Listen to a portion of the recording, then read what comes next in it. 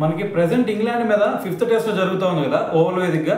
అయితే ఈ 5th టెస్ట్లో డే 1లో చూసుకుంటే కంప్లీట్గా ఇంగ్లాండే డామినేట్ చేసిందని చెప్పాలి. ఎందుకంటే మన వాళ్ళు ఫస్ట్ బ్యాటింగ్ చేసి కేవలం 204 రన్స్ మాత్రమే ఇచ్చారు, అది కూడా 6 వికెట్స్ కోల్పోయి. సో మరి అంతవరకు సార్ పర్లేదులే అనుకుంటే దాని తర్వాత మరి డే 2లో ఫస్ట్ సెషన్లో మనకల్లే ఇద్దరు బ్యాట్స్మెన్స్ ఉన్నారు క్రీజ్లో.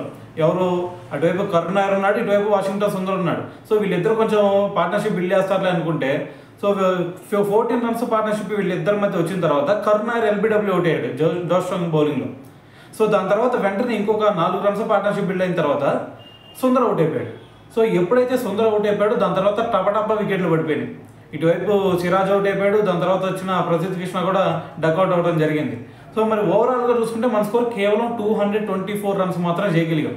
అయితే మరి దీన్ని కట్టడి చేసుకోవచ్చులే అనుకుంటే వాళ్ళు ఓపెనర్స్ ఎవరైతే ఉన్నారో బెన్ డకెట్ అలాగే జాక్ రాలీ వీళ్ళిద్దరూ కూడా ఒక విధ్వంసం క్రియేట్ చేశారని చెప్పాలి. సో ఏకంగా వీళ్ళిద్దరు ఫస్ట్ వికెట్కి 91 రన్స్ పార్ట్నర్షిప్ బిల్డ్ చేశారు. సో ఒక రకంగా చెప్పాలి అంటే వీళ్ళు అసలు T20 ఆడుతున్నారా, టెస్ట్ క్రికెట్ ఆడుతున్నారా, ఓడీ క్రికెట్ ఆడుతున్నారా, ఏది కూడా అర్థం కాని సిచ్యువేషన్లో ఆడారు ఈరోజు వీళ్ళు. సో మొత్తం చూసుకుంటే ఇప్పటి వరకు మొత్తం 16 అవర్స్ అయితే ఆ 16 అవర్స్లో వీళ్ళు ఏకంగా 109 రన్స్ కొట్టారనమాట. అంటే దీన్ని బట్టి అర్థం చేసుకోండి ఏ రేంజ్లో ఆడారు అనేది. సో మరి ఈ మ్యాచ్ ఓవరాల్గా చూసుకుంటే ఇది ఇద్దరు మన ఇండియా ఈ సెషన్లో మొత్తం చూసుకుంటే ఇప్పటి వరకు ఏకంగా 21 అవర్స్ వేస్తే దాంట్లో 129 రన్స్ అయితే రావడం జరిగింది. సో వికెట్స్ చూసుకుంటే మన వాళ్ళు ఒక 4 వికెట్లు, వీళ్ళతో ఒక వికెట్ పడింది. సో మరి ఫస్ట్ సెషన్లో జరిగింది అయితే ఇదన్నమాట.